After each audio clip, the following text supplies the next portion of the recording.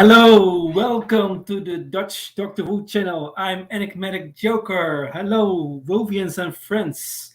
Doctor Who spin-offs and related matters, whether humorous and musical taste, or is it flavor? That's the question. I'm not sure about that. But welcome to you all. Uh, some announcements to make. You can see in the banner, the regular live stream times are in Monday and this time. And especially for the series 13, the Doctor Who Flux, we have from 31 of October to 5 December have we live streams after every episode of the Flux series. This is part 4, personality of the fourth Doctor, and for the intro of the series you can look on my channel, personality of the Doctor. I made a playlist with all the Doctors till 4 Doctor. This is part 4. I also have a Facebook group, the Dutch Doctor Who channel. You can find that also. There's an info channel and a meets channel for and we can discuss all the live streams we had and all the news of Doctor Who.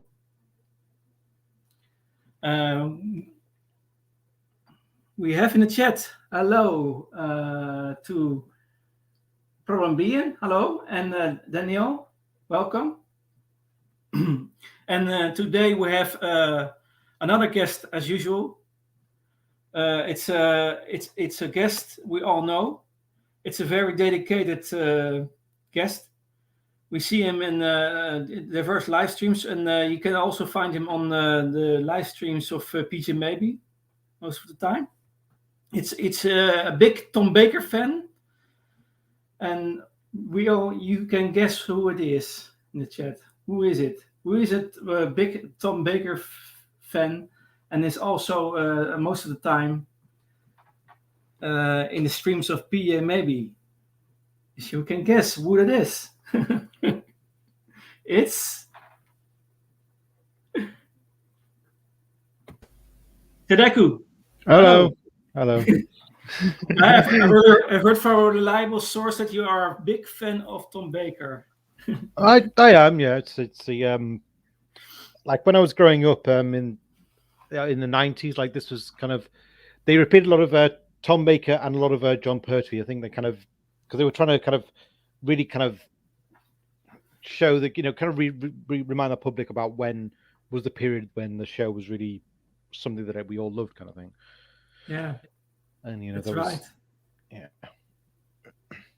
So I grew up on. Yeah. So I grew up on like a repeat of Genesis of the Daleks, and then I kind of started getting into the videos. So I had Planet of Evil and Robot. Quite a lot of the Tom Bakers. So and yeah, you were from the beginning of the series of this. You were on this channel, and Yes.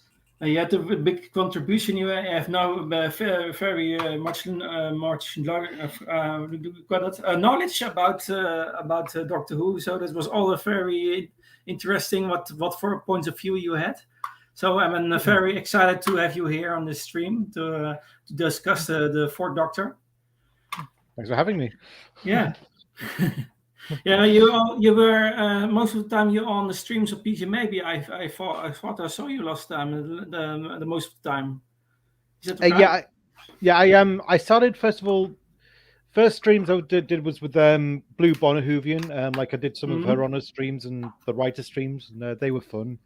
I've done a few streams with Sanctuary of Geeks, and then I started streaming with PJ Maybe. Yeah. I've also streamed with on Dave Travels Through Time. We've done 1 or 2 watch-alongs. Okay. So yeah, but when I was, because PJ Maybe was doing these Red Dwarf reviews, and I'm a bit of a Red Dwarf fan as well as a Doctor Who fan, so I started joining with them. Okay. Very nice. So what was your memories of Tom? I mean, how did you come to So what was your first exposure to Tom? Would you say? My first was the first story I saw was Tunics of the Daleks, I think. Oh, so Yeah, also same here. that is also one of the best stories I think of Tom Baker. I mean, if you see one of the cliffhangers from Genesis of the Daleks, you had to see what happened next week because it was just the that's right. Yeah, you can watch him in one breath, the whole story, because it is so excitement. Yeah. So last week we discussed John Pertwee, and we saw the regeneration of John Pertwee to Tom Baker after he was accompanied by Sarah Jane.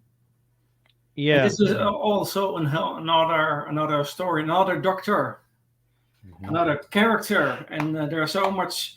He's a doctor, by the way, that served as the longest in the Classic Who, also the whole, I think. 7 years, yeah. 7 years is a long time, and actually he wanted to go further, but there was some conflicts, and he wanted to leave. Yeah.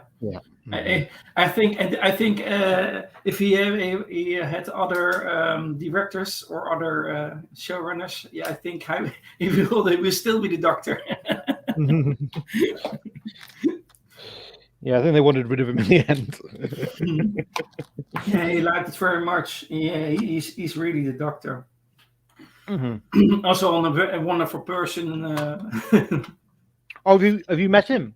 No, but what I heard of him is he is so he's easy in his relations. Very so some humor, some but at the same time he's a little bit eccentric. But it's also his doctor is also a little bit eccentric. Yeah, that's what I like. But we start with the background, with the central thread of the story, a little bit of story of the doctor, and then we discuss deeper the characteristics of him. You mean Robot? You mean his debut story, Robot? Yeah, we start with we start with a summary of his doctor, his stories, and then we go further deeper in his characteristics. Yeah. That's what you said. He started in Robots, his first story. Yeah.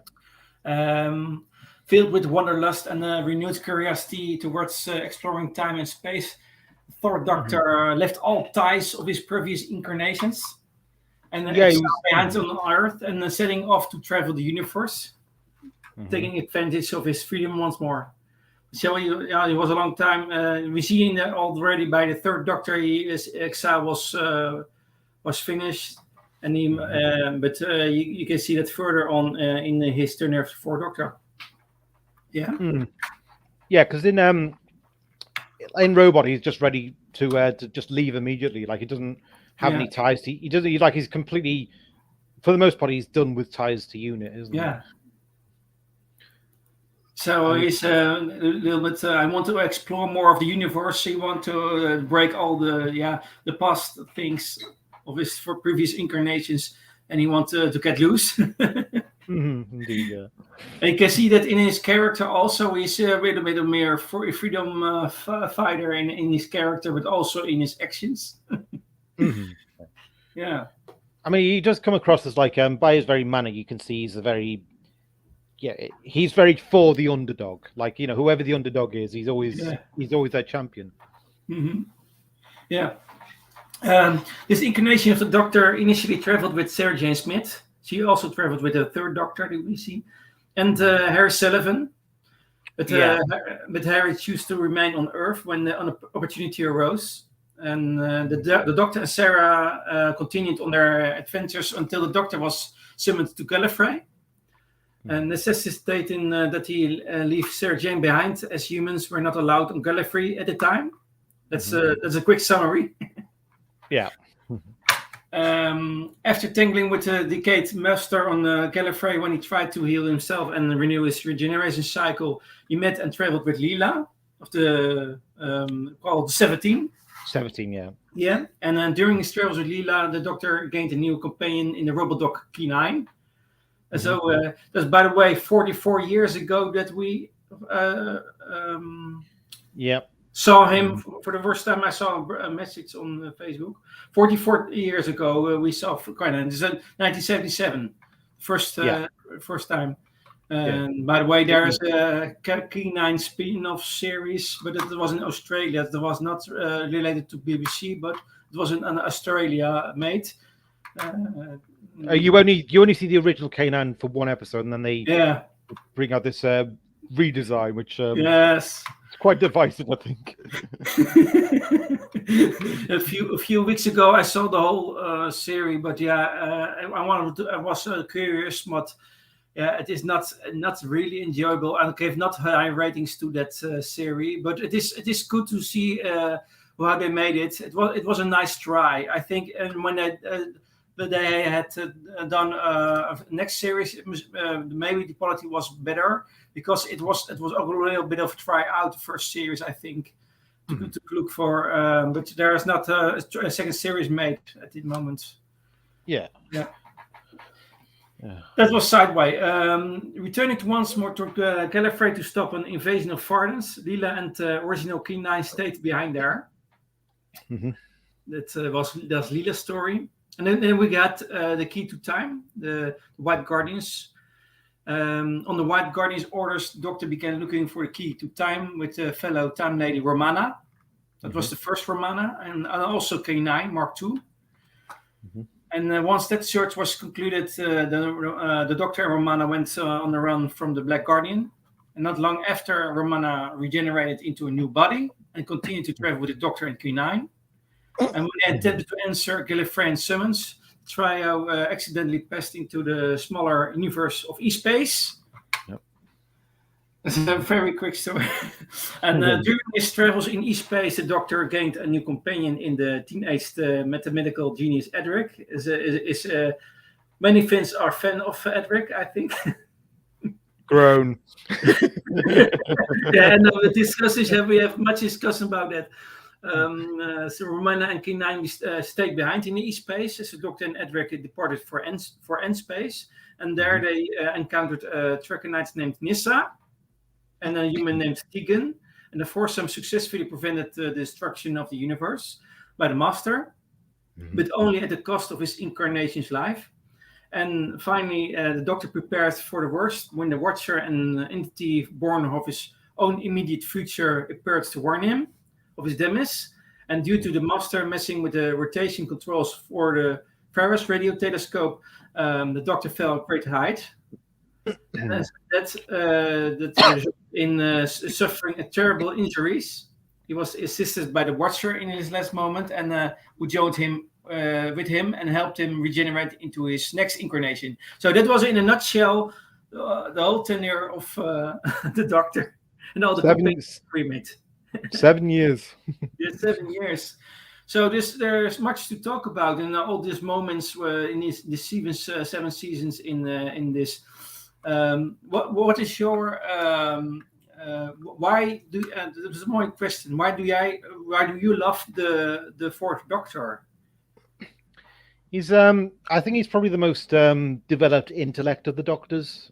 Like he's like first impressions, he seems like a scatterbrain, and I think that's and it kind of is, but he can flip from being childlike to being quite a formidable intellect straight away, and he gets the measure of his enemies very, very well. I think and he's got the humor, and I think that's kind of, in a way, part of what extenuates the danger of the show is the fact that he's kind of approaching the universe as kind of a little bit of the comedian. But you're watching this thinking, he's being the comedian. This show isn't a comedy, though. This show is a horror show, and that contrast, I think, really works. Is like the Doctor's got this, adding this levity. It's like you don't quite trust the levity because there's, it all adds to the thrill of the experience, if you know what I mean. Mm-hmm. Yeah. Do you know the term bohemian-like in nature? Yeah, because he That's what I thought about him. It was like bohemian, like in nature, stood apart Yeah, from others. yeah. We will lose kind of he He liked a was a lot of little kind bit of. reserved, a little bit reserved. Oh, not reserved. I'd say he was quite well. I mean, he was he was quite extrovert, but he was also quite kind Yeah. of. He was flippant in a way that I think, in a way, was his way of keeping people a bit of distance. He was quite standoffish in that regard. Yes. Like, he had to kind of like in his night with Sarah and Harry, you could see that he was closer to Sarah, and Harry was the kind of like he was part of the group, but he was kind of the one they always would dig at. Yeah. You know. Yeah. And he delighted in keeping both friends and foes alike off guard with oddball humor and curious pranks.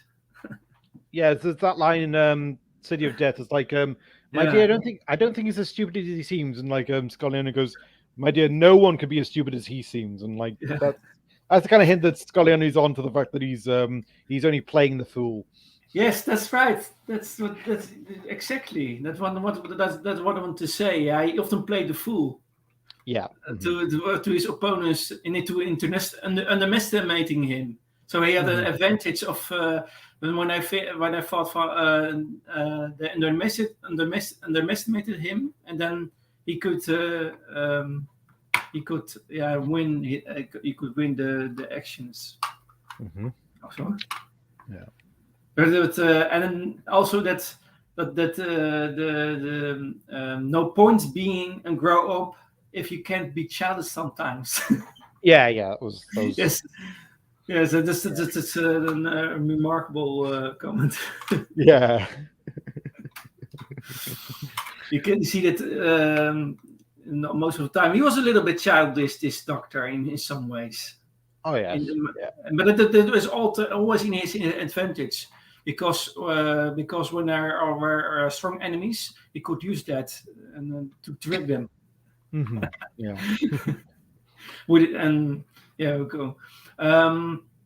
Although he was generally peace-loving and kind-hearted, the Doctor would react with explosive fury when provoked. Oh yeah, it's yeah. he was definitely a Doctor he didn't want to cross because like he would deliver the smackdown. I mean, like if you see the end of Pyramids of Mars, where at the end, like Sutek's like, look, please just let me out of the tunnel. Like the Doctor's like, no, you've had your chance. You know, your time's over, kind of thing. Yes. So it could be ruthless where it counted. Yeah, you can see that in Genesis with Daleks and Planet of Evil. We have Planet of Morbius, by the way. Yeah. Yeah. In a very much a pirate planet, but yeah, with Mr. Fibley. Yeah. And by the way, do you know? Have you heard Big Finish for Doctor? By the way, or have you done Big Finish yet? I've heard a few of his. I've heard the Energy of the Daleks and the Antimatter, which was a kind of a one of them we did with Mary Tam's Romana.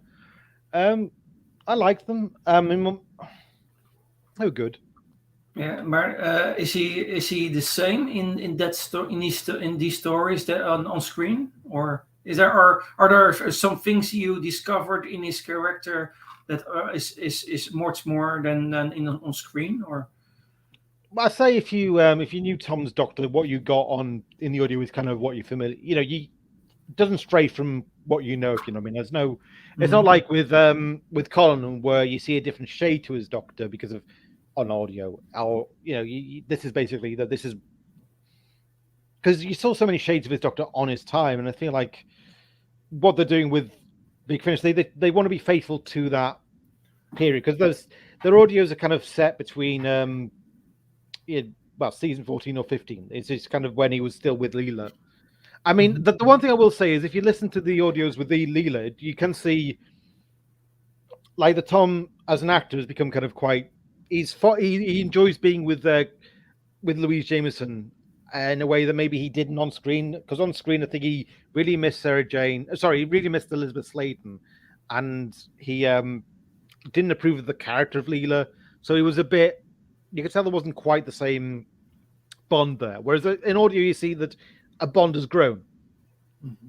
I'd say that. Oh, hello, Kamikaze. Hello, Kamikaze. Kamikaze. Oh, I should probably say hi to Problem Being and Daniel. They said hi to me. By the way, your name is Sadako. It's Sadako. Sadako. Yeah. Okay. Have you ever Now seen I- Have you ever seen a horror movie called The Ring? No. It's a Japanese horror.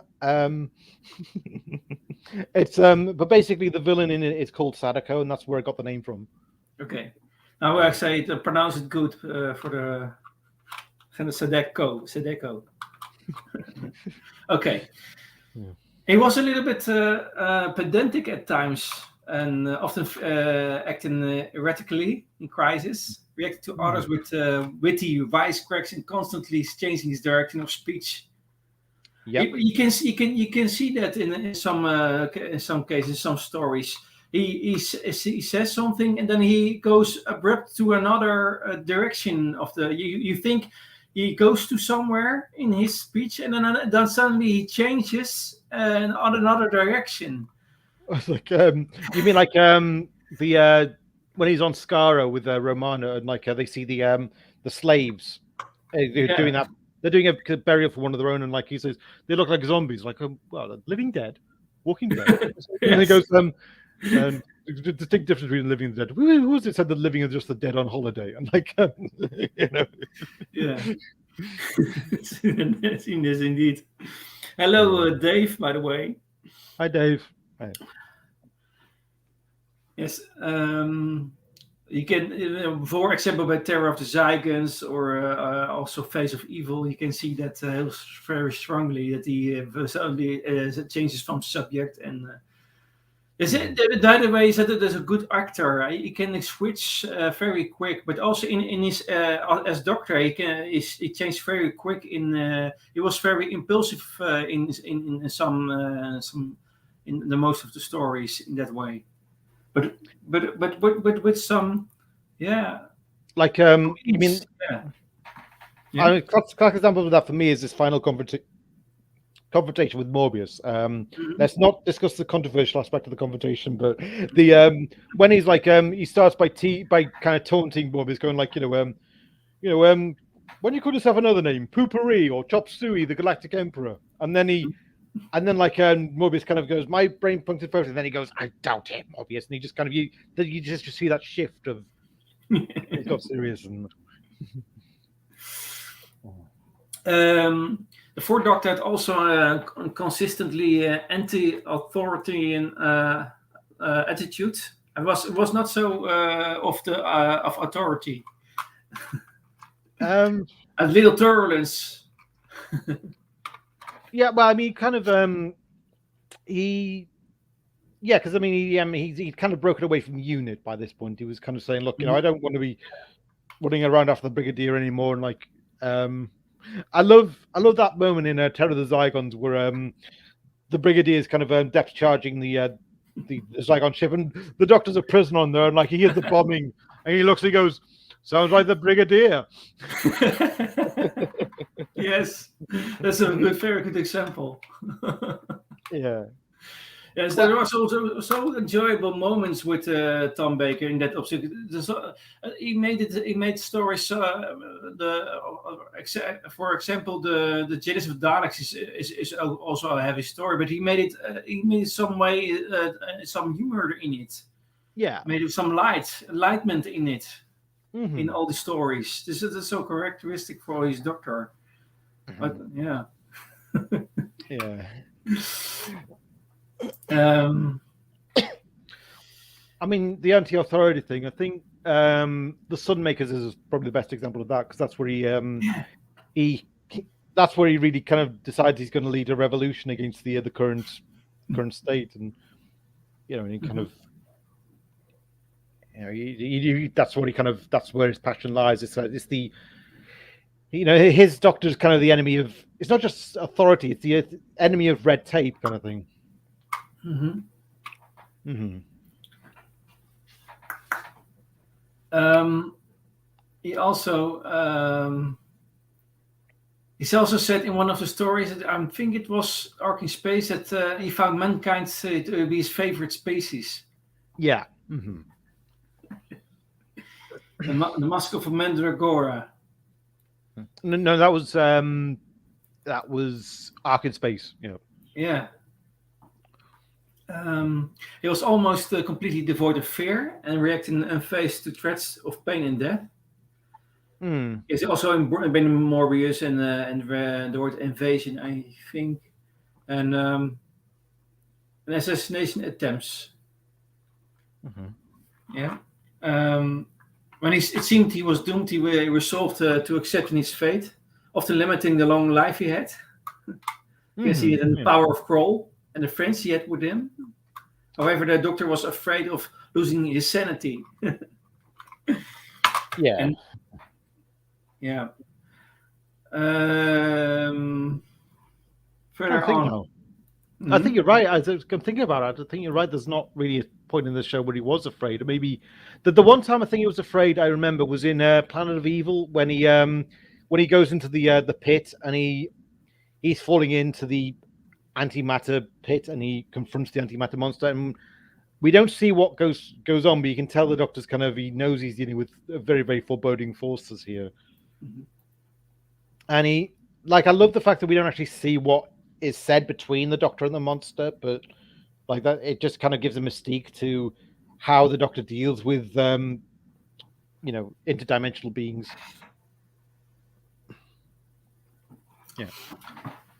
Yes. He also liked to drink ginger beer. Oh yeah. And then in the road invasion, you see that he walks into into a pub and he likes ginger beer, and eating the jelly babies. Of course, we know him from the jelly babies.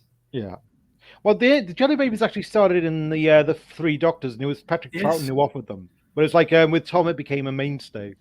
Yes, that was not the first time. You are right. That was not the first time he had jelly babies, but it was the previous Doctor who had also. Yeah, but he was.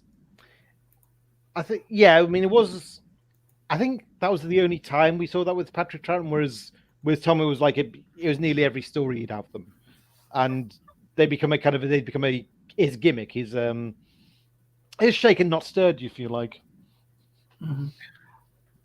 My favorite Jelly Baby bit was probably the Sunmakers, where him and he's in a straitjacket, and like there's another prisoner there who's about to be lobotomized, and but then the company try to bribe the Doctor, so they say, well, we'll offer you your freedom. And so what about him?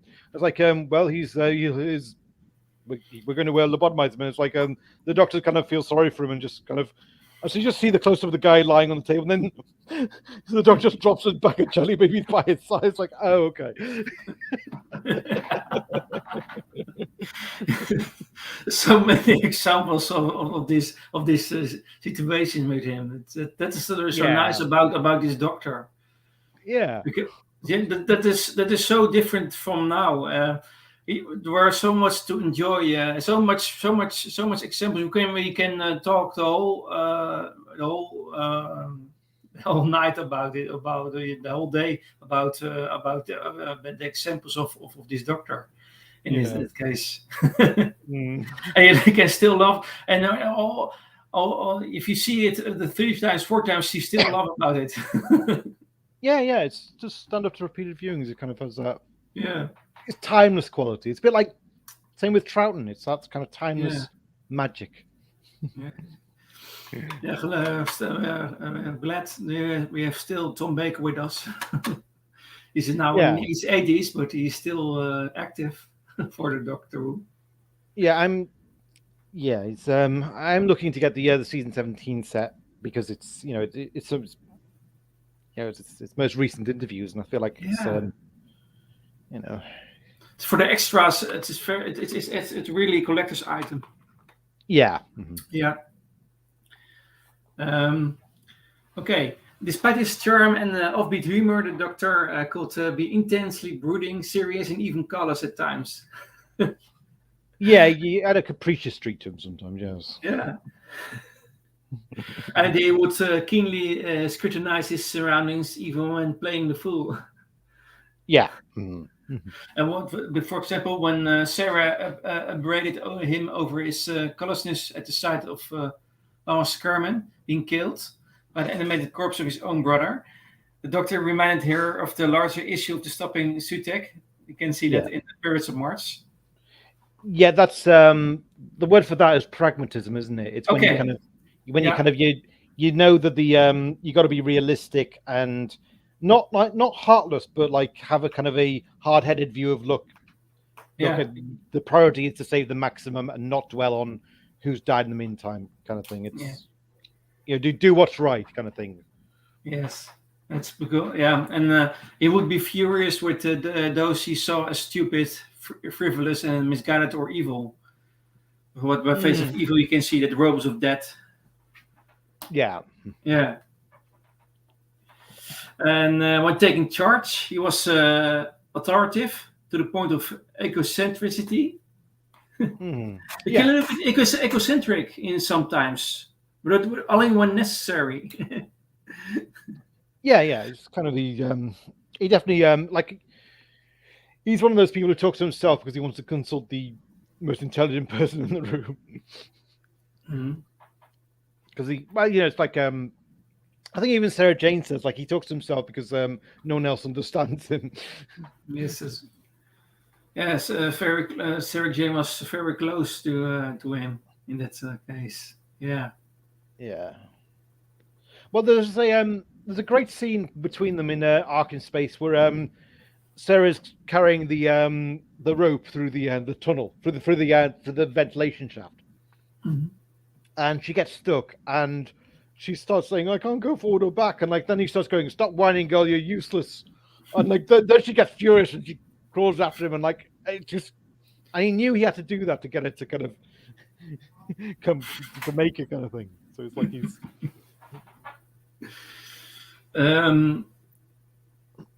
It was also not against taking a life in extreme circumstances. We can see it in Bernard Morris of an Invasion of Time.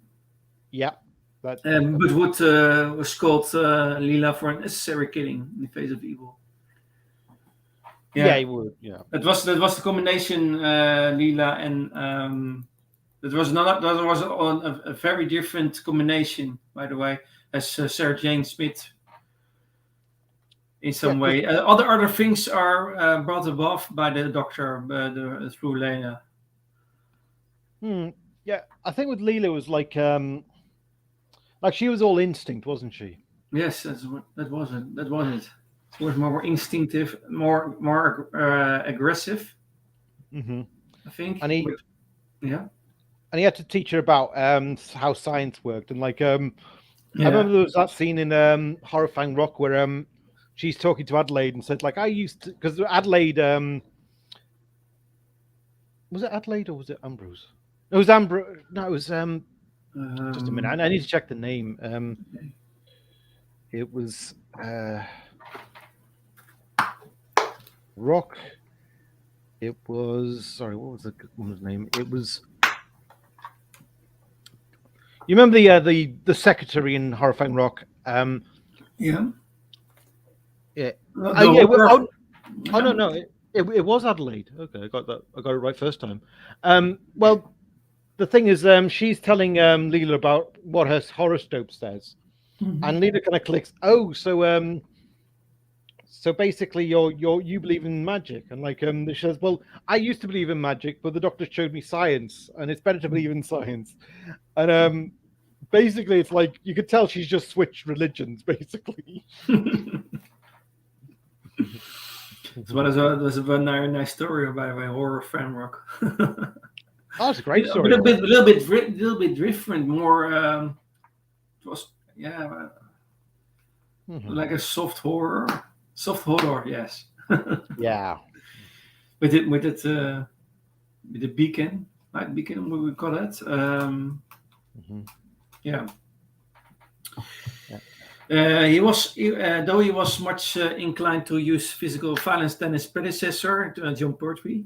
John Pertwee was more fighting than this Doctor, But the Fourth Doctor, would react aggressively if he had no alternative but to defend himself. So it was more of out of defense more that he reacted. If it was Than if the more than the previous Doctor, more out of defense, more. Yeah, if the situation demanded it, he would. Yes. If there was it was urgency, then he would. Like, I mean, Yeah. in Seeds of Doom, basically he's beating up henchmen left and right. It's great. It's great. Yeah. And by the way, he improvised non-lethal weaponry when necessary in the Panel of Evil. Oh yeah. But he was also willing to use more. But he was also willing to use more lethal weaponry, like DMAT gun and earth firearms, if necessary, in Seeds of Doom and Invasion of Time. Yeah. Yeah. Invasion of Time and Talents of Wen Xian. Now it's interesting because last week, I know you and Charlotte were talking about the way that the Doctor sometimes would keep his mind busy, keep himself distracted. Yeah. And Invasion of Time is one of those stories where that's actually a plot point where he's having to keep himself distracted because he's like doing the bidding of these telepathic beings and he cannot let on to them what he's really planning. So he has this kind of mind, like, because he's such a scatterbrain, he can fool them for a time of what he's really planning and like keep him distracted with his random thoughts. And like in the end, he's like, look, just get me to a lead room and I can talk to you privately there and they won't be able to read my thoughts. Yes.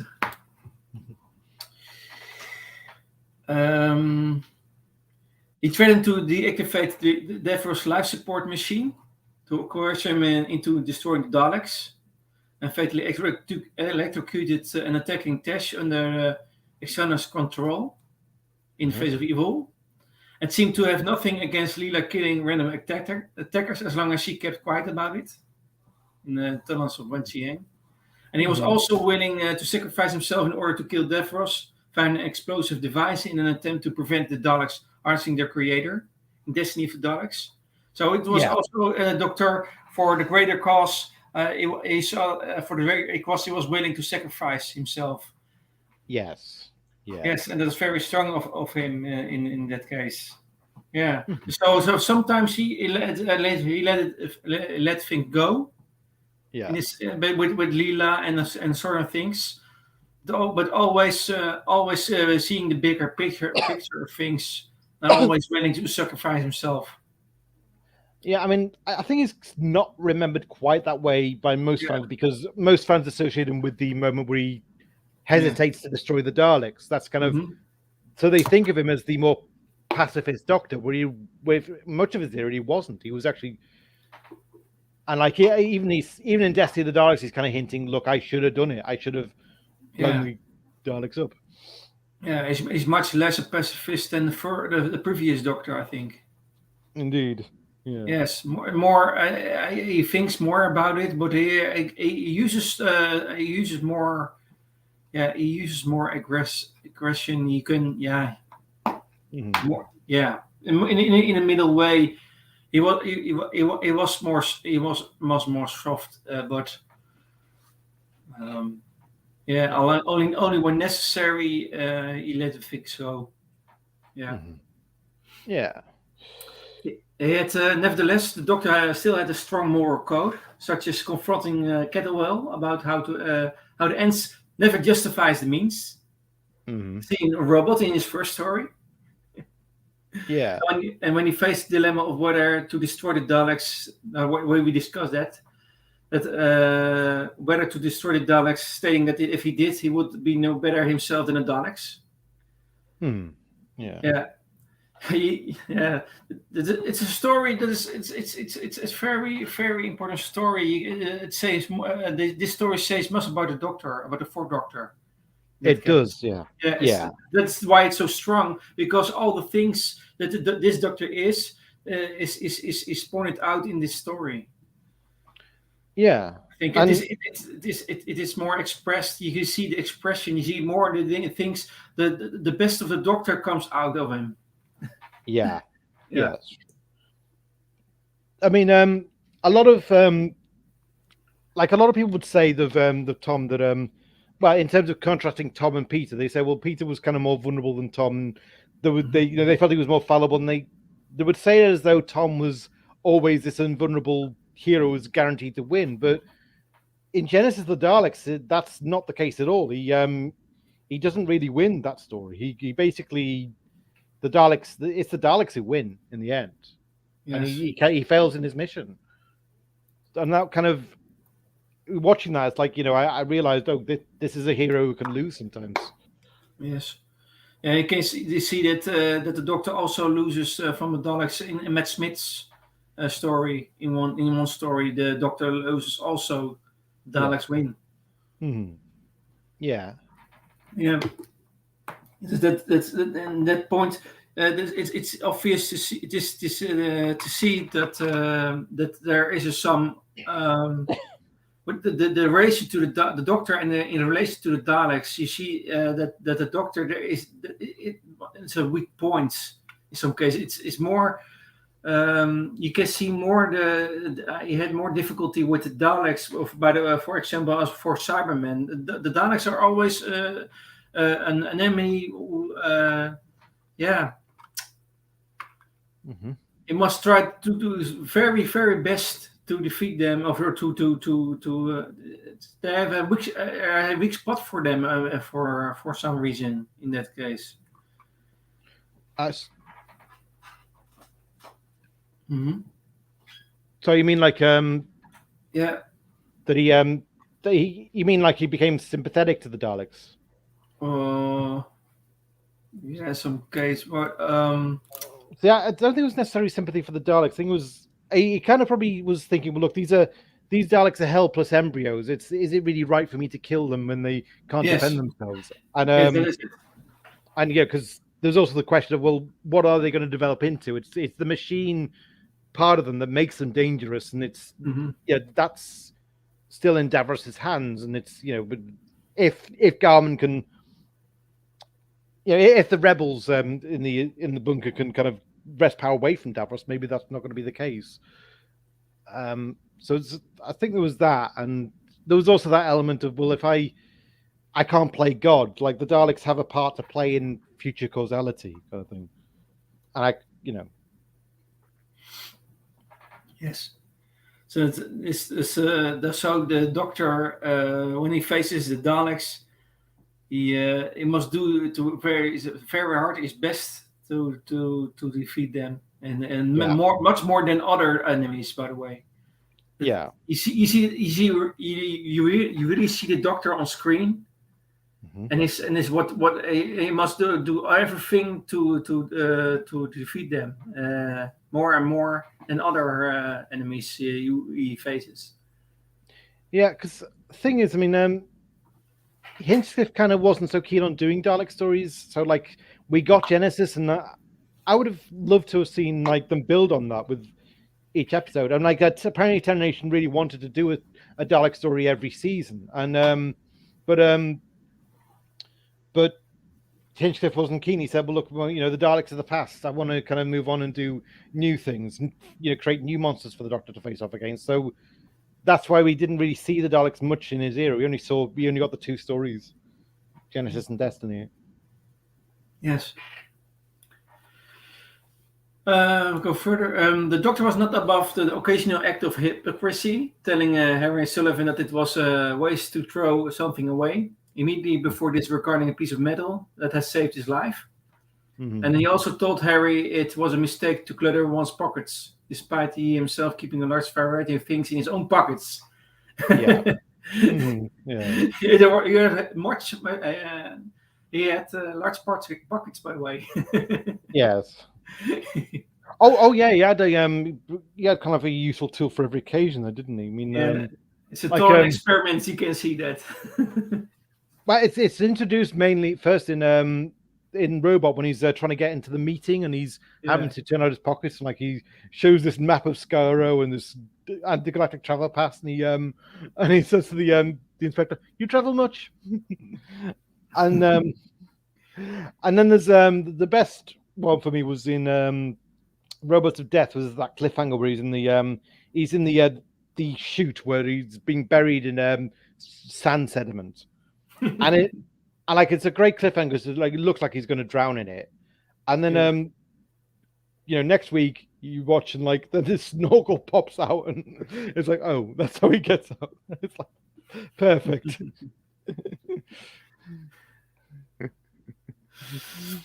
Yes.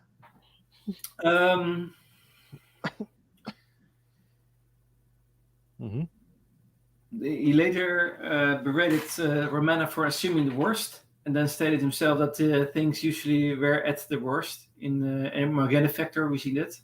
Yeah, I think the line was like, no, always assume the best, and like, yeah, what do you assume the worst? You should always assume the best, and like, but what if it isn't as bad as it seems? Oh, don't be silly, Romana. It always is. There's always, but yes.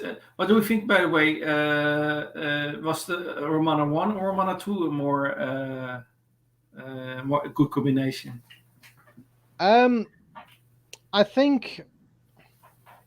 See, when Romana was introduced, I think it was perfect because it was like, at this point, the Doctor had been around for he'd been on TV for about 16 years, and I think Romana was the perfect companion because she was kind of she was a companion who kind of thought she sussed the Doctor a bit. Who thought, I know what your deal is. You got this overcompensation complex, and the Doctor says to her, "Oh, is that what they're teaching you in the academy?" And it's like it's this perfect way of saying, "Look, you don't have the measure of me. You still don't have the measure of me. You can't just there is more to me than you can just diagnose like that." And I thought that was I thought it was perfect, and it just seems to. I feel like. Well, it was such a contrast to, I think, the 80s Doctors, where it was kind of where the Doctors were a bit kind of one note, and what you saw was what you get. Whereas this was the Doctor saying the very opposite. Yes. But again, it was that thing of the Romana was, I think, the perfect new companion to represent the longer term viewer who had been with the Doctor a while and thought they knew how the game worked, really. Though they knew how the Doctor's mind ticked. Yeah. She was also time lord, so it was an interesting combination, by the way. Yeah, because she was intelligent, but she'd lived a very sheltered life, and the perfect dynamic was the Doctor saying, "Well, look, you don't have practical on the experience, whereas I do," kind of thing, and that was the great back and forth. I mean, of the two, I probably do prefer Lala Ward because I thought the chemistry was definitely stronger there, and I just. But I mean, like, I don't want to denigrate Mary Tam. I thought she did a great job as well, but she was. I think she was great as Romana, but I think as a dynamic, I think Romana 2 and the Doctor were the stronger one. I mean, I feel like that dynamic, that Romana 2 and the Doctor, could have gone on forever, and it just seemed. Yes. Yeah. Mm-hmm. Yeah.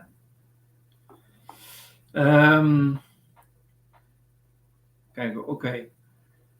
He was also not averse to winding up his companions on occasion, such as questioning Sarah Jane's integrity to encourage her to maneuver herself out of a ventilation shaft. Yep. Also that argues space. He later fooled Leela into playing with a yo-yo for an extended period of time, which I'm believing it was a form of magic. Oh, did he? I got the impression. Robots of Death. See, I think maybe he just said innocently, play with that yo-yo, and maybe as she did it, that's when the TARDIS took flight, and she assumed that it was because of the yo-yo that the TARDIS took flight, and like and then she was like, "Doctor, can I stop now?" And he's like, "Oh, you could have stopped ages ago." Yes.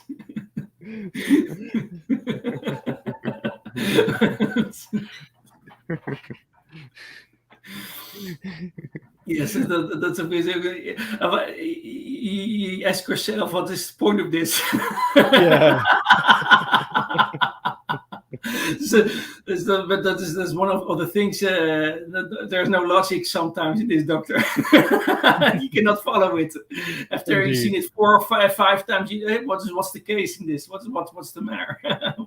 Yeah. That whole thing. I think sometimes he improvised these scenes sometimes Yeah. Yeah. to lighten things up. Indeed. That's a funny thing about this. There's sometimes no point. You think I cannot follow this doctor in some things.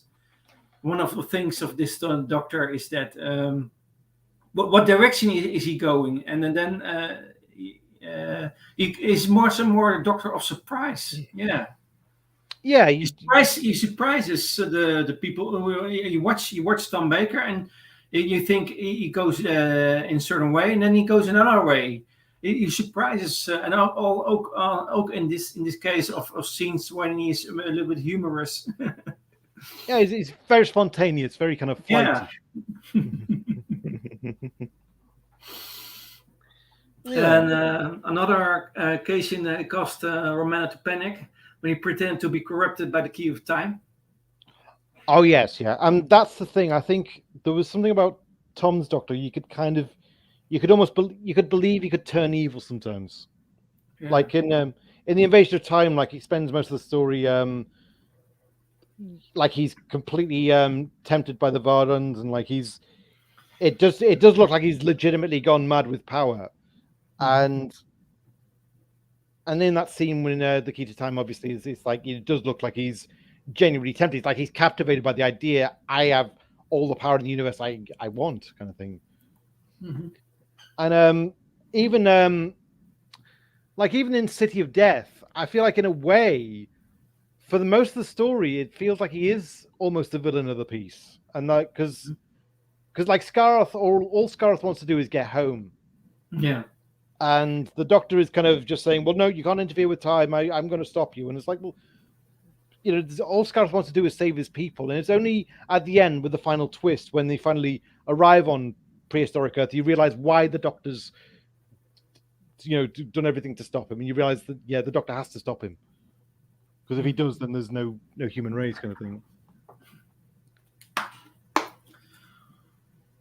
And that's a dynamic character. That's where you got really dynamic, showing a really dynamic character, and it's like, we wouldn't get that kind of thing again, really. Well, we'd rarely get it again. Yeah, exactly. Around some references from other doctors to this Doctor, the fifth Doctor thought of his fourth incarnation as a careless freewheeler who thought he was invincible. You can see in one of the audios he refers to that. And a Doctor remembered his fourth incarnation as a casual bohemian in the beginning of the stream, because they were bohemian-like. Casual bohemian who dared to take on the evil that stalked the dark. Yeah. And unlike his other incarnations, the fourth Doctor would rarely invite others to travel with him. He was more a bit reserved in that case. Well, because that's what I meant with reserved. By the way, he would rarely invite others in comparison to other Doctors. Yeah, he kind of have he put on an active front, be quite private in some of the ways. And yes.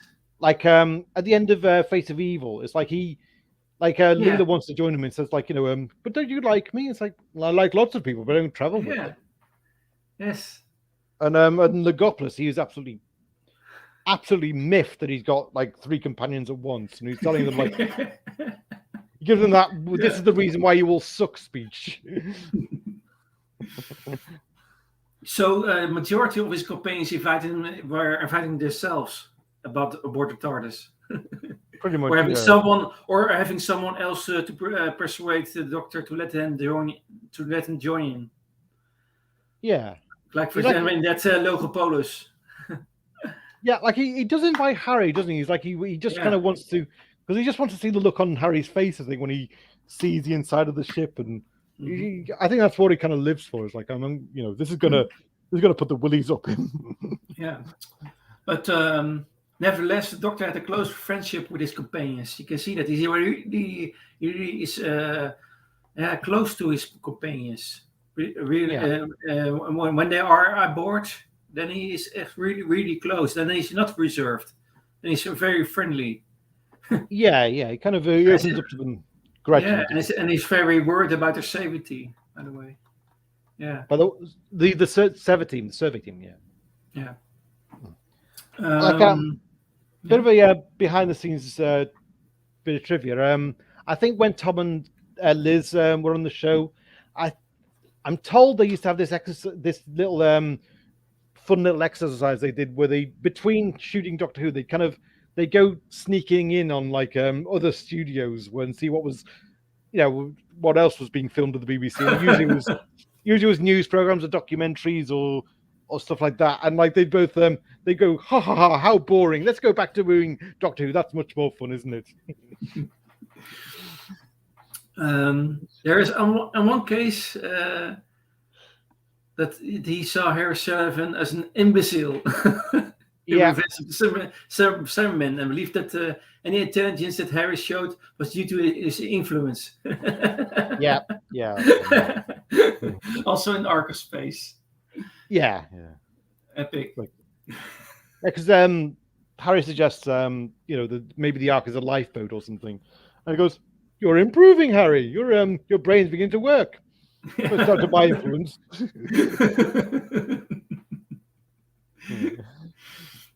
Begrudging praise, that kind of thing.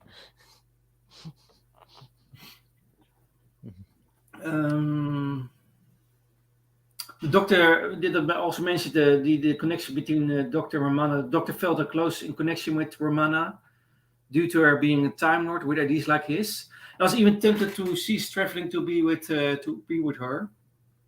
And he was, for the most part, oblivious to other people's attractiveness, believing that telling Countess Scarlione that he was probably beautiful was a compliment. Yeah, it's like, you're a beautiful woman, probably, which is kind of a hint that he doesn't see human women the way that. Yeah, it's kind of hinting that he doesn't see human women the way human men do. Well, human straight men. He was a little bit, we call it cryptic in some cases. Cryptic. Yeah. And unlike his predecessors, the Fourth Doctor did not maintain a close working relationship with Unit. We have to mention that earlier. No, he only did 4 stories with Unit. Yeah. Like those Robot, Terror of the Zygons, or Android Invasion, and Seed of Doom. Yeah. It's like it's a kind of Yeah. I was just going to say it was almost like a Unit kind of petered out rather than being given a grand like farewell party, if you know what I mean. Yeah. Yes. He was always reacting with anger and disdain when he was recalled back to Earth. I wanted to do that anymore. No, He kept a distance from this organization. There were a handful of occasions the Doctor helped, but he kept his distance from the organization more than other doctors. Yeah. In some ways, he wanted to do his own thing. Yeah, I mean, he was kind of reacting to his predecessor, wasn't he? Because I think Troughton was fine with working with Unit once, and then but like Pertwee was kind of bound to them. He was dependent on them, and I think, and he became disillusioned at some of their methods. And I think Tom was like, "Well, look, I'm first chance, I'm out." Yes. Kem says Tom is fun. His Doctor's sense of wonder is contagious, though his insatiability. Okay, for knowledge can seem dark, but it does the right thing in the end. Yeah.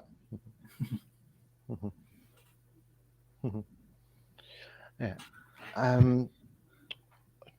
Just going over what we discussed so far. Because with Leela, like there's that one of my favorite kind of exchanges is when he's kind of saying, "I can control the TARDIS 9 times out of 10 or 5 times out of 10," and then and she picks up a weapon and she's about to join him and says, "No, leave the gun behind. I never carry weapons." It's like, why not? It's like, well, if people see you mean them no harm, they never hurt you. And then he comes back and goes, 9 times out of 10. Yeah. Anyway. In the first incarnation, Romana stated that the Doctor was capricious, arrogant, self-opinionated, irrational, and didn't even know where he was going. You can even see that in the Armageddon factor. While our second incarnation would admit in private that he was an incredibly resourceful and intelligent person. So there is some different opinion in the first and the second incarnation of Romana. It was interesting to notice that. I was studying that, but what was a comment about the fourth Doctor in the first incarnation, but they had another opinion. It seems like a sort of paradox or another view.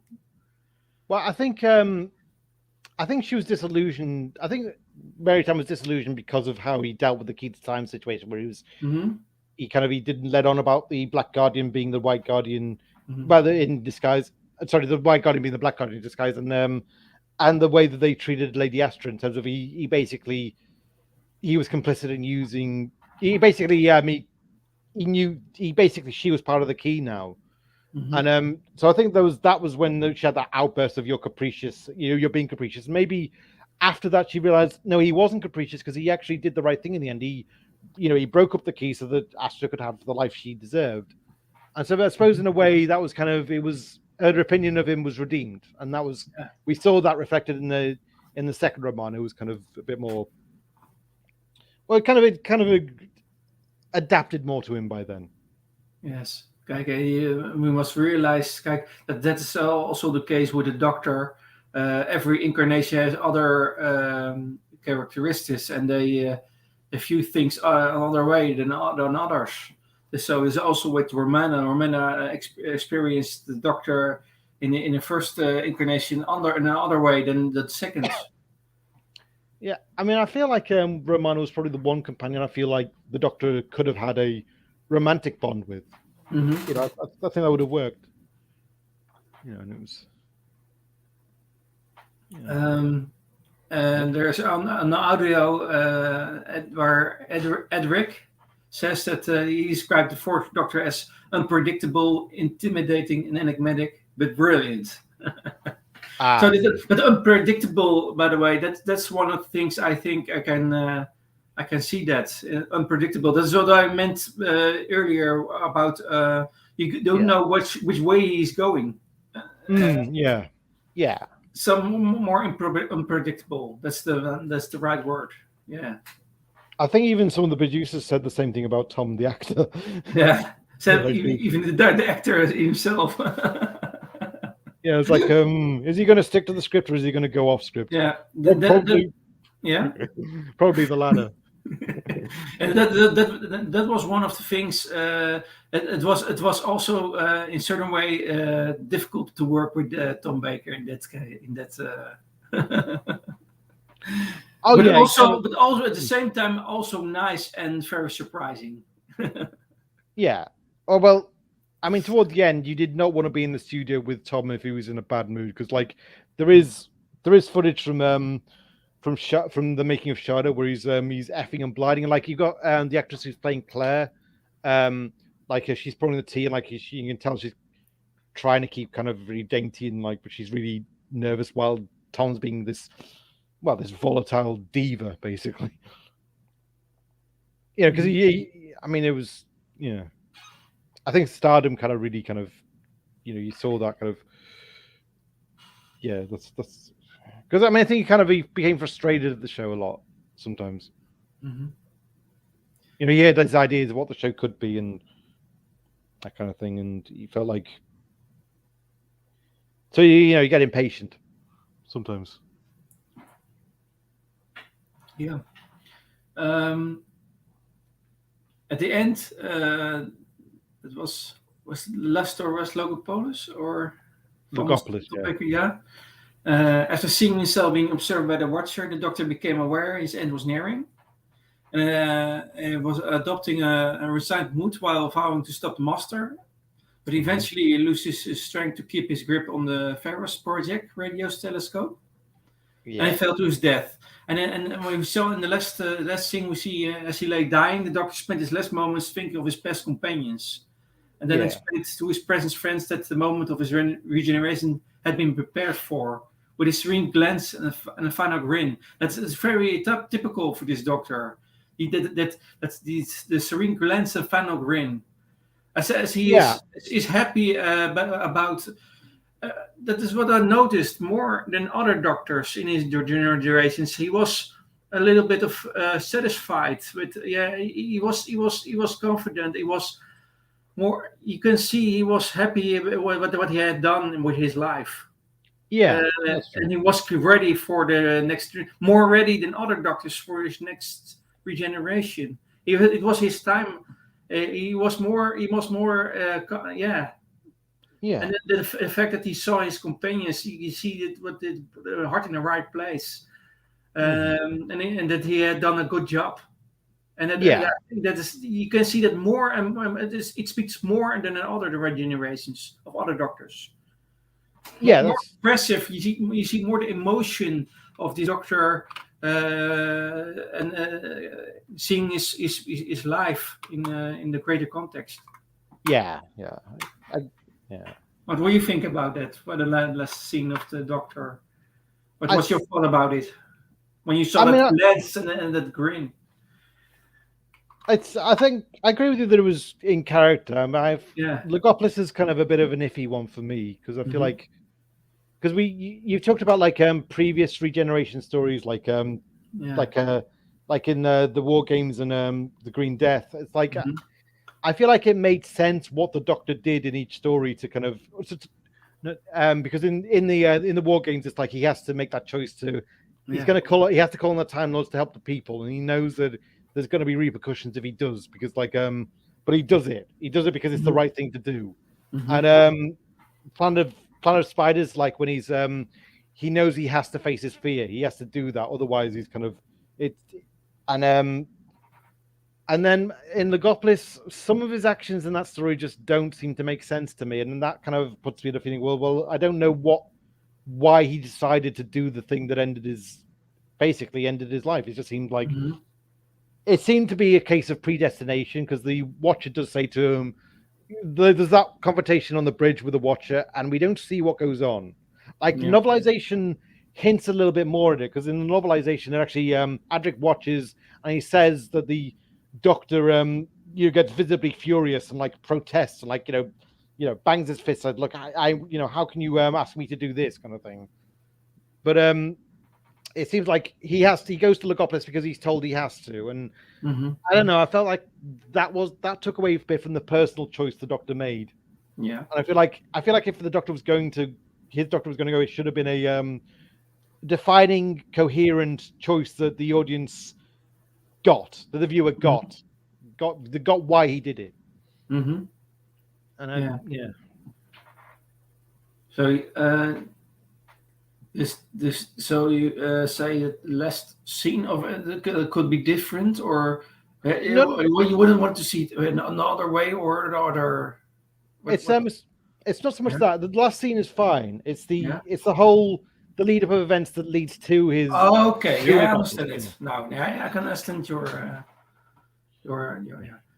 yes. So the upcoming scene, all the things that lead to that could be different.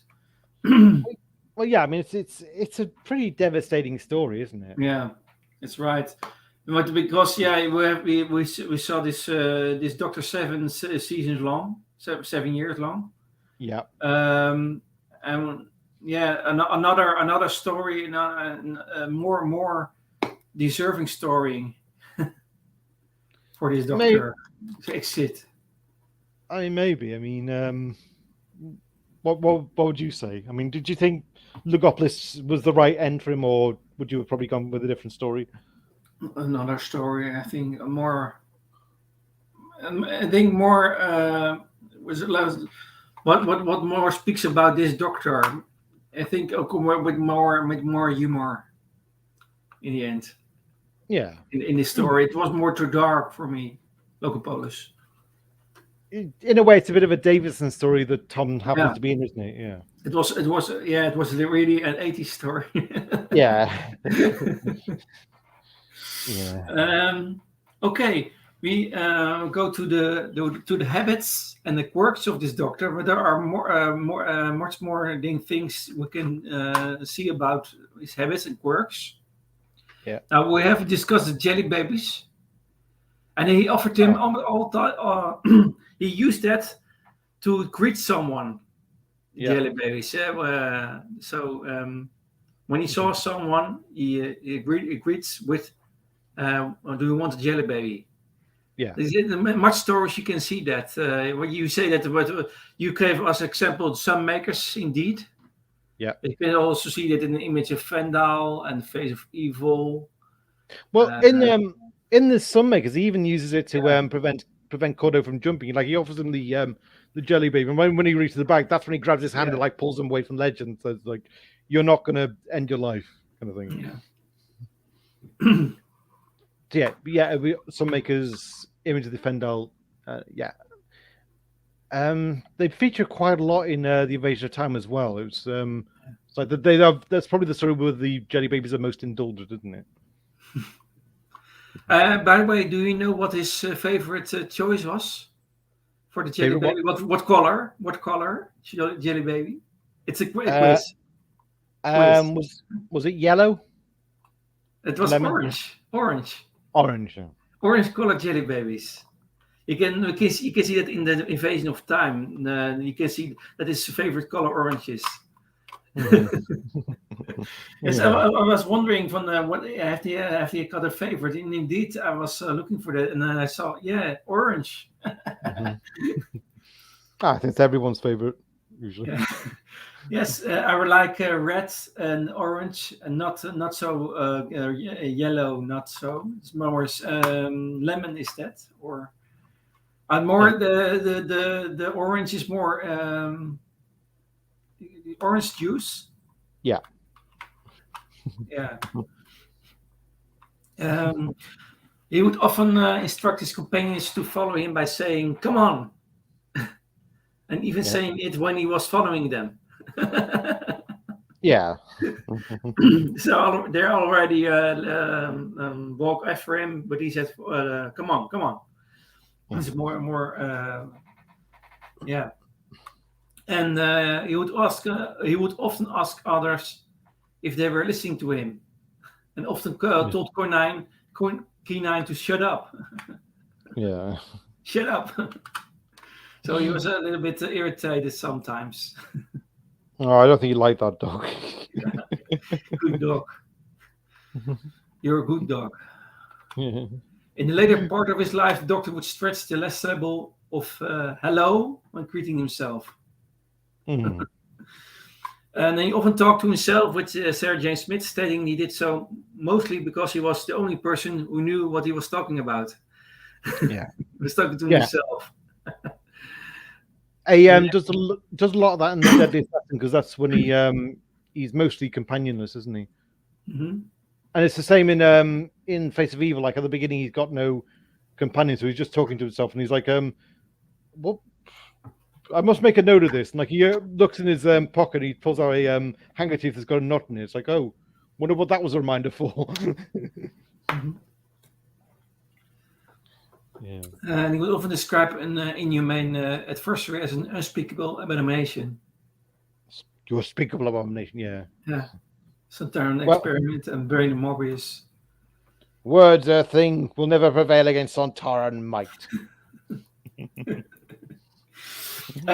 Also, the Fourth Doctor was prone to flashing his upper teeth when grinning. You can see that. Oh yes. Is it much of the pictures do you see his teeth when he grins? I don't know how. There was a habit or quirk of this Doctor, and you can see his teeth in most of the time when he grins. I'm amazed he had all his teeth, given all the jelly babies he ate. Yeah.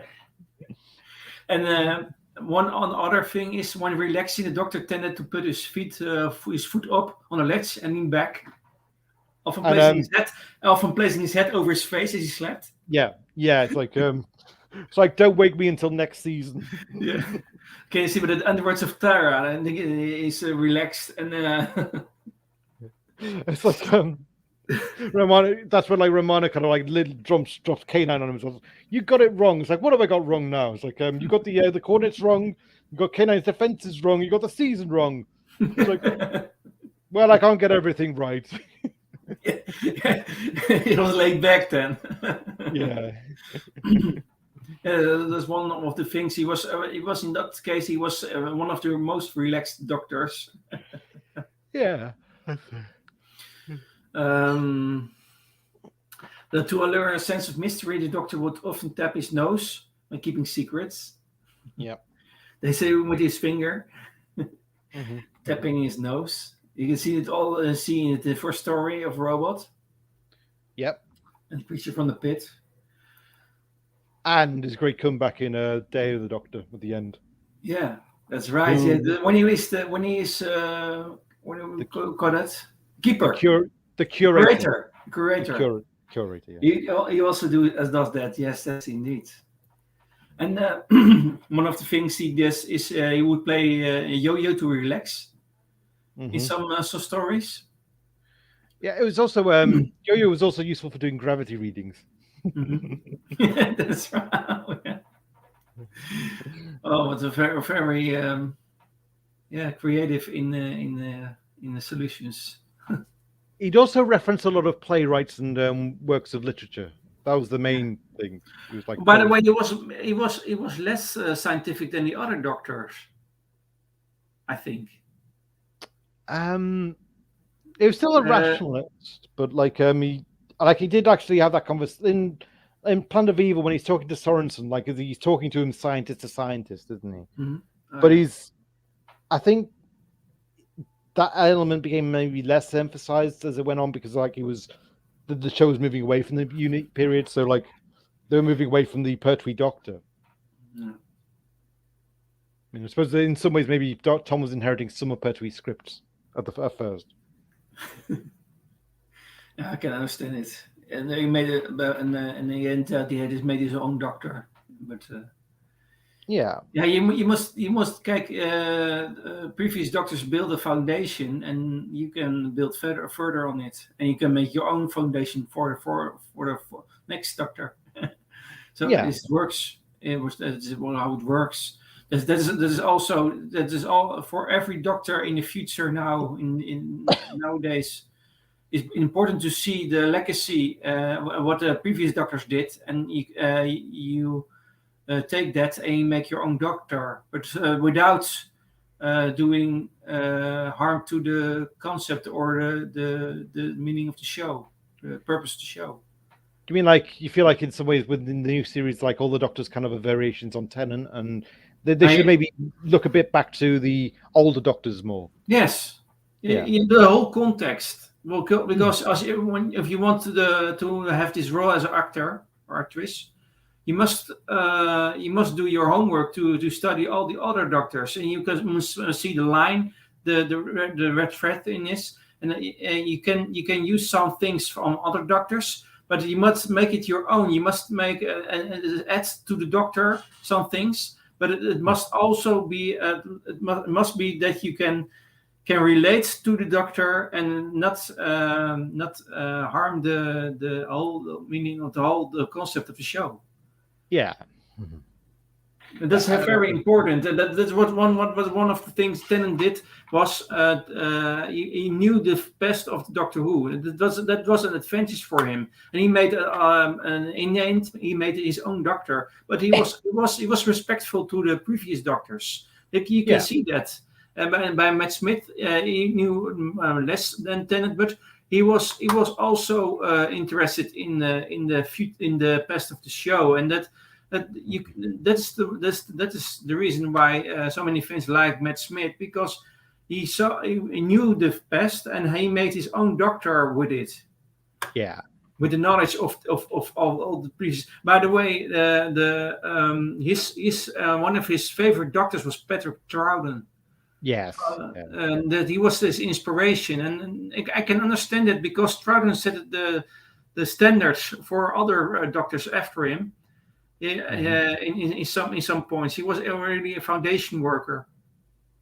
You have heard now, but I think Troughton set at really the standard for other doctors after him. Yeah. In some things. He was a really foundation worker, apostle. You can think him apostle of the show. Mm-hmm. Yeah, I agree with that. Yeah. Yeah.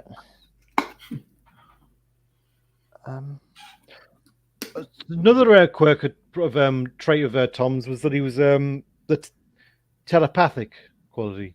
Oh yeah. Because like he in the Deadly Assassin, like he has that kind of psychic. He's given that psychic vision of the assassination, and then there's the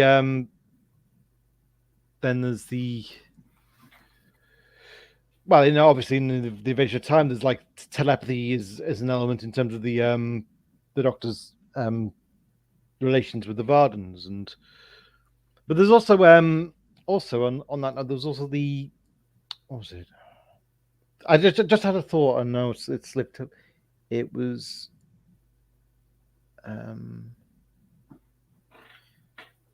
trying to think now. Yeah, it'll come to me. I'll just. Okay. By the way, about the Deadly Assassin, he also started the trend of talking to the TARDIS, constantly showing affection for his magnificent machine by kissing it and caring for it when it got damaged. Yes. There's some really love for the TARDIS. This Doctor. Yeah. You see the relation between the TARDIS and the Fourth Doctor more and more developing. You can see it already with Pertwee when he wanted to escape his exile. When he wanted to escape, you see more that, and when the Fourth Doctor is traveling with the TARDIS freely, you see more and more developing the relation between the Doctor and the TARDIS. By that. Yeah. Yes. Mm-hmm.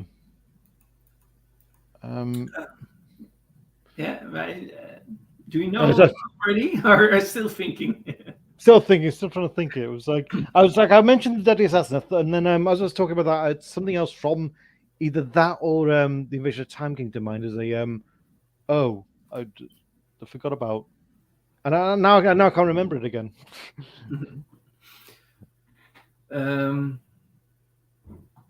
Okay, about some skills of the Doctor. I remember now. I remember it was this. He had skills of hypnosis, like in Terror of the Zygons. You first see him, he's able to hypnotize Sarah into believing she doesn't need to breathe when they're in the airtight room, and he's able to do it again in the Sunmakers. He's able to hypnotize guards, and then obviously, like, he makes a mistake because he's having an argument with the boss whilst the guard's hypnotized. And he told him, like, you will sleep until I tell you to wake up, and then like are you really going to conquer the galaxy? Oh, wake up! And then the guard wakes up, and like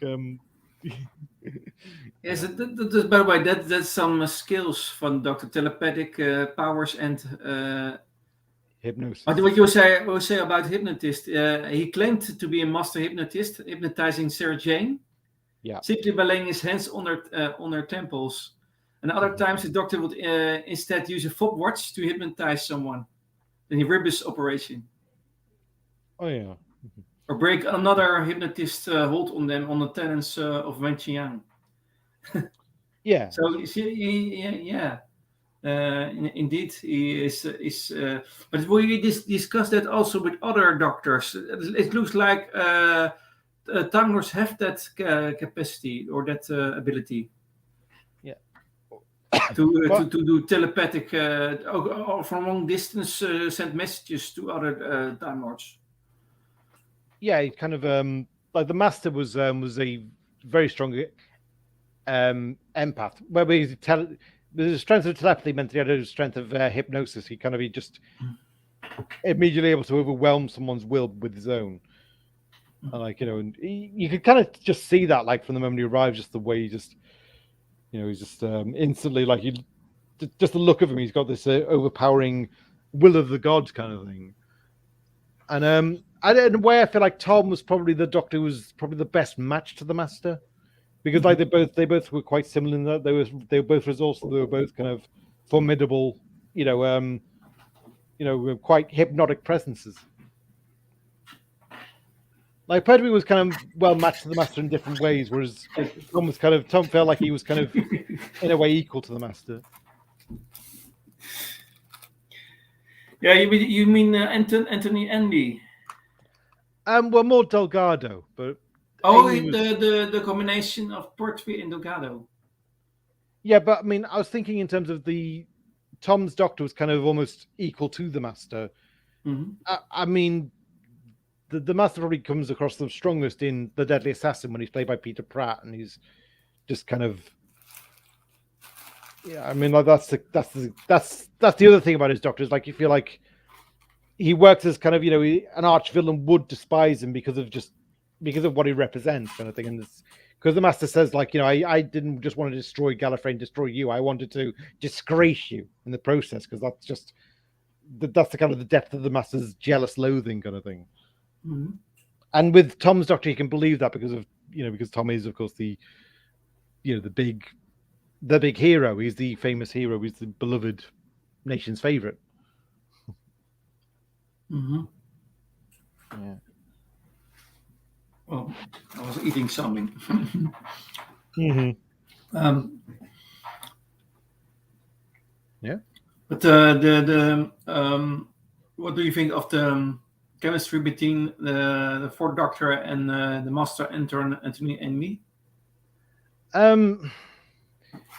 Yeah, I like Anthony as a performer, but I do feel the Master really had his time in The Deadly Assassin. I feel like that was a good final note for the Master, and that would have been a good final note for the Master. And I feel like it was maybe a mistake to bring him back, because I feel like the Master he was a good villain for the Pertwee era, and I feel like I don't think the character was really designed to go beyond that. And I don't know. I feel like in a way the problem with the Gotham is the Master becomes kind of too powerful to the point where it's like the last Tom Baker story basically sees the Master undo a lot of the Fourth Doctor's good work, because the Master destroys a huge chunk of the cosmos. It's like a lot of those worlds were probably worlds that the Fourth Doctor had saved before, and it's like, well, now his victories have been undone, and I kind of felt, I'm not too sure. I think that was kind of overkill. I think it wasn't a decision I was keen on. No, I'm not. I think. Yeah. The Delgado was for me the master. When Anthony Andy was the master, it felt till this day it felt not like the real master or something. I cannot explain it properly, but it was. I think the other what he knew the other masters. Like Simon Michelle Gomez. Yeah. But that was really good done in a certain way. But it was I think it was the wrong timing to bring back the master. It's not that was more the case. Yeah, I mean, I think the thinking was that if Tom was going to go out, then they needed a big villain to see him out on. Like he needed a villain a big villain, the familiar villain to bring him down, kind of thing. And the thought was, well, the Master, bring the Master back. That will make he's the kind of he'd make his finale a big event, kind of thing. And I suppose that's what they thought. I mean, I don't know. I mean, personally, if I was going to pick the Fourth Doctor's regeneration story, I probably would have said State of Decay would have been the best. Or even Horrifying Rock, or I mean, see, the thing is, I don't. Do you think maybe it was maybe that they tried to make Ainley too similar to the Master? And it's like maybe the next Master would have worked better if he was more of a contrast to Delgado, whereas like they tried to make him too similar, and that kind of invited up comparisons. The comparison wasn't favorable because Delgado was obviously the superior. Yeah. So yeah, I understand. Yeah. Because I think, I mean, for me, I feel like he did a very good job in the role, but I feel like there wasn't much dimension to the character he could play with, and he was kind of playing a much more brazen version of the character. There wasn't the same careful subtlety. It was just they kind of made the Master a bit of a joke, I think, especially more in Davison's era than Tom's. I mean, because Tom only Yes, really, that's right. yeah, In Davison was really was really that is much different than Tom Baker. It was more worse. yeah, The combination for Doctor and Amy was the best, and then it went yeah, and especially with and also the Rani when came, then it was yes, more like yeah, clown's act. yeah, very pantomime. Yeah, Yes, I know what yeah, you mean. Yeah, yeah. Much like his immediate predecessor, the Fourth Doctor was very physical, being an excellent runner and fighter, yeah, but capable of withstanding levels of pain that would nearly kill a human. His pain level of pain is high. yeah. You see it Like also in with the Doctor. Yeah. Terror of the Zygons when he kind of electrocutes himself to Yes. give off that sonar blip and his sonar signal. I know he's saying, look, question, is half power lethal? And he just it's almost like curious, is it? Always curious. Yes. Yeah. The curious Doctor is this. Yes. Also. But one of the main characteristics of the Doctor in general, the curiosity. That is why you want to explore the universe and want to observe it. Yeah, yeah. Sorry. He was he was also shown to be shown a highly skilled sportsman, being able to hold his own against multiple opponents. The Mask of Mandragora, And the finest and the finest swordsman on Tyra. yes, Androids with the androids. yeah. That is a fun story, Android Atara, isn't it?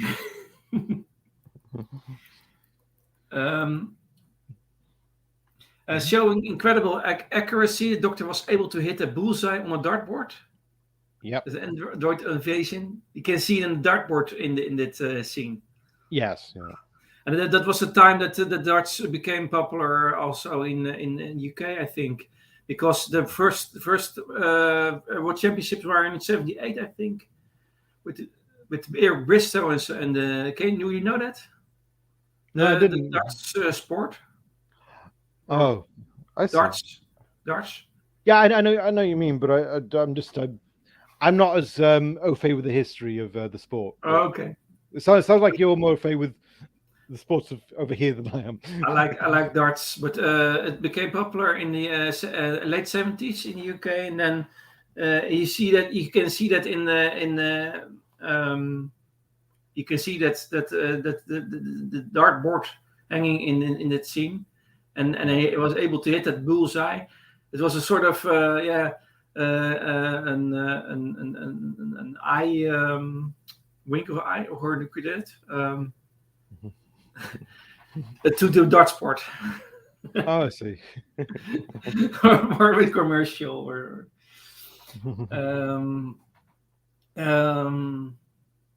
the Doctor possessed the telepathic powers. You mentioned that, allowing him to communicate with other telepathic users.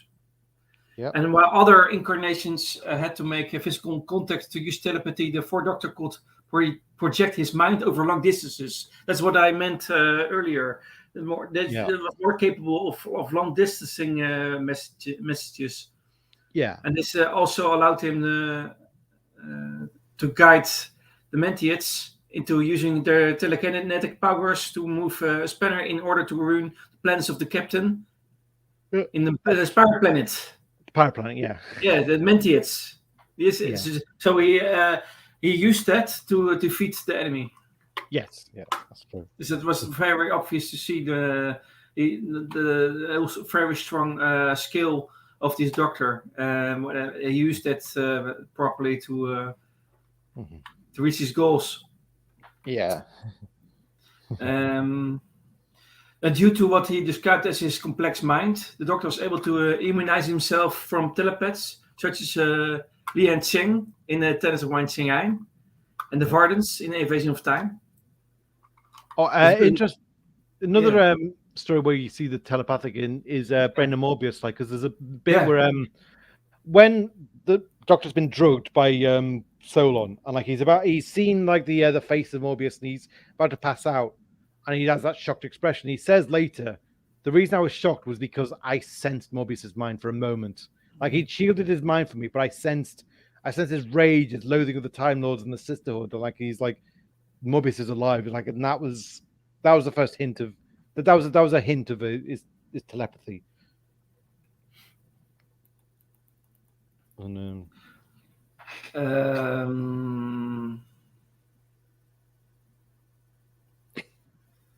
he could commandeer and ride a horse with ease. You can see that in Mask of Mandragora. Look, one of his skills. Yeah. And the Doctor could speak Mandarin and Cantonese, among other dialects. You can see that in Tennis of Wine Chang, such as Swahili. I had a Chinese flatmate in university, and like he saw that episode, and he said like Tom Baker speaks very good Chinese, but like the other actor who's playing the Chinese guy responds as, "Nah, he wasn't speaking Chinese at all. That was not any language at all. He was just kind of faking it." But what Tom was saying, that was Chinese. That was proper Chinese. And like several of his incarnations, his pockets appeared to be dimensionally transcendental. And he carried a large array of items in his pockets, which include a seemingly endless supply of jelly babies, a galactic passport, a cricket ball, a magnifying glass, gemstones, handcuffs, an etheric beam locator, a lockpick, a football rattle, a magician's cane, a clockwork egg timer, a breathing... Did you include the snorkel? A clockwork egg timer, a breading tube, a yo-yo, a toy Batmobile, a stuffed mouse, a barrister's wig, and an instant camera, a gloss marble, a guidebook for the Black Pyramids, a jeweler's eyeglass, the TARDIS key, of course the TARDIS key, a drawstring purse containing coins from many different planets, including 1,000 credit piece, Edwin Carver's electronic notebook, and a scarab. So there's so many things that's characteristic about this Doctor. So many things in his pockets. It looks like it's bigger on the inside. Yeah. just want to echo what you just said there. Did I say cricket ball? Because that was in Horns of Nymon. Like he realizes like he can use cricket, the methods of cricket to escape the meteorite. Yeah, and the fifth Doctor, Billy Davison, was also a cricketer. Yeah. So, and on one occasion, he even dropped a cup containing a hot beverage in his pocket. Oh yeah, that was Kroll. Power of Kroll. It's like Tom. It's like director's like, Tom, what are you doing?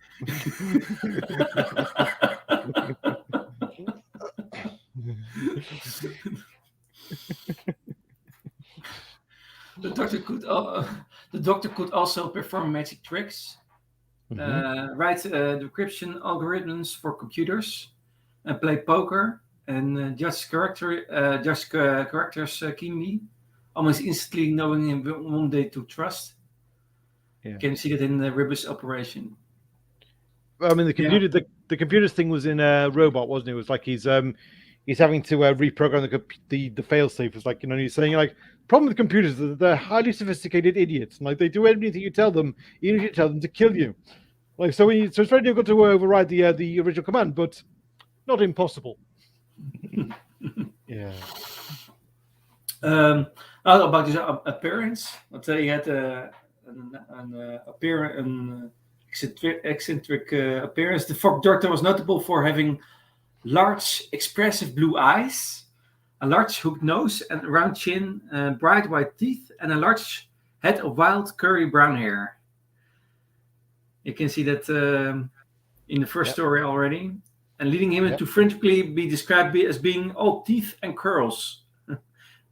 all teeth and curse. Can you see it in Five Doctors in that anniversary special? It's when Sarah meets the third Doctor, and Yeah. she kind of does the gesture with her hands of what the new Doctor looks like, and like he interprets teeth and curls. Yeah. Okay. So, um, upon first seeing his reflection, the Doctor thought his nose was a definite improvement over his predecessors, but was unsure about his ears in comparison. You can see that in a robot when he sees it first time. Yeah, you don't want to discuss my ears. You're a doctor. I'm neither here nor there. He also thought of himself as being attractive, so he had a good I thought things about himself. He's so vain. He probably thinks this song was about him. Li Cheng in Tales of Wang Yang described the Fourth Doctor as tall with wide, pale eyes and hair that curls like a ram.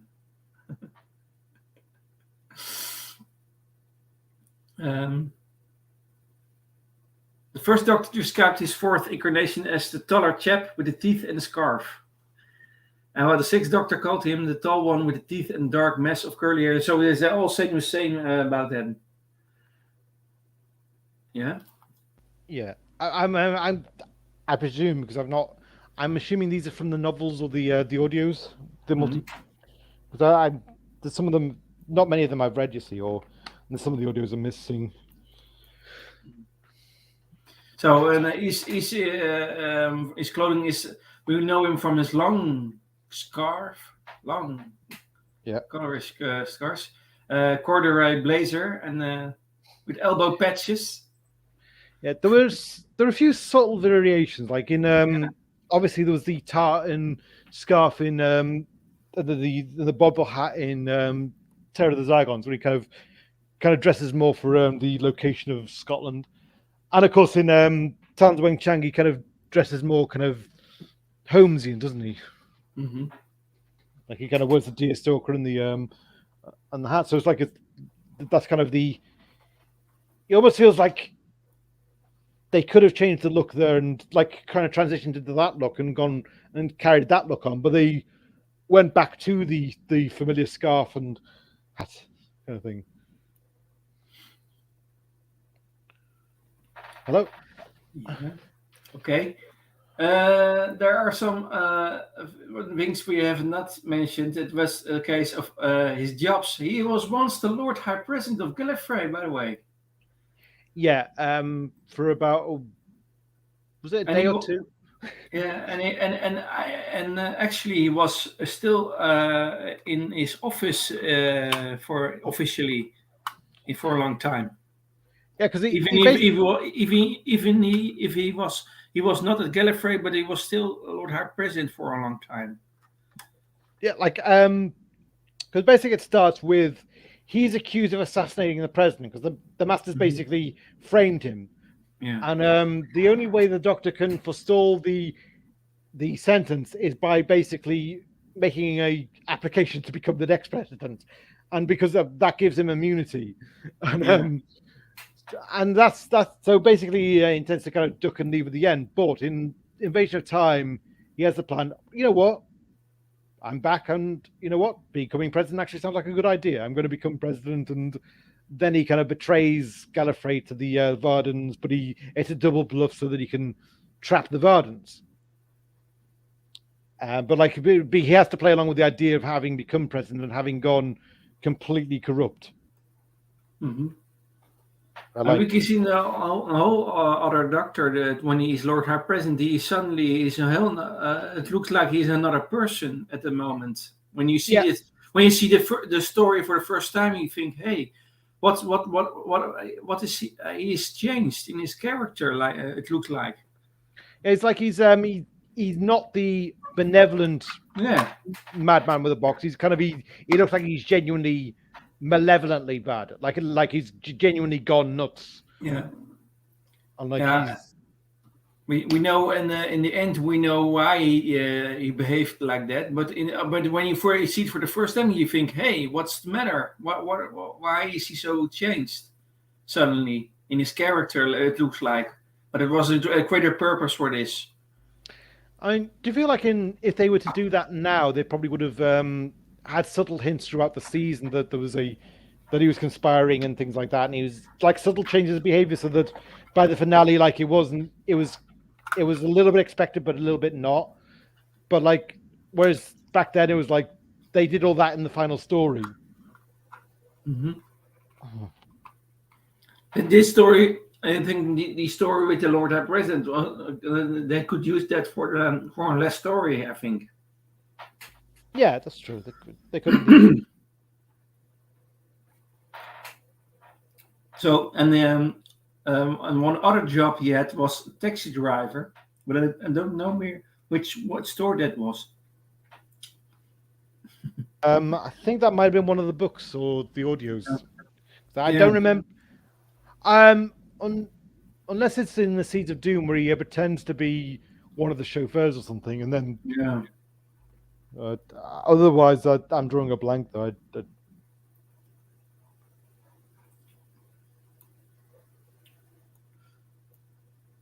Yeah. Hello? Yeah, I'm still here. Just is there anything else on the list? Oh, your sound is. I don't hear you. No, I'm still here. Okay. Just what else is on the list? Sorry, it's okay. Yeah. Now we discussed most of the things of this Doctor. Yeah. What's your favorite story of this Doctor?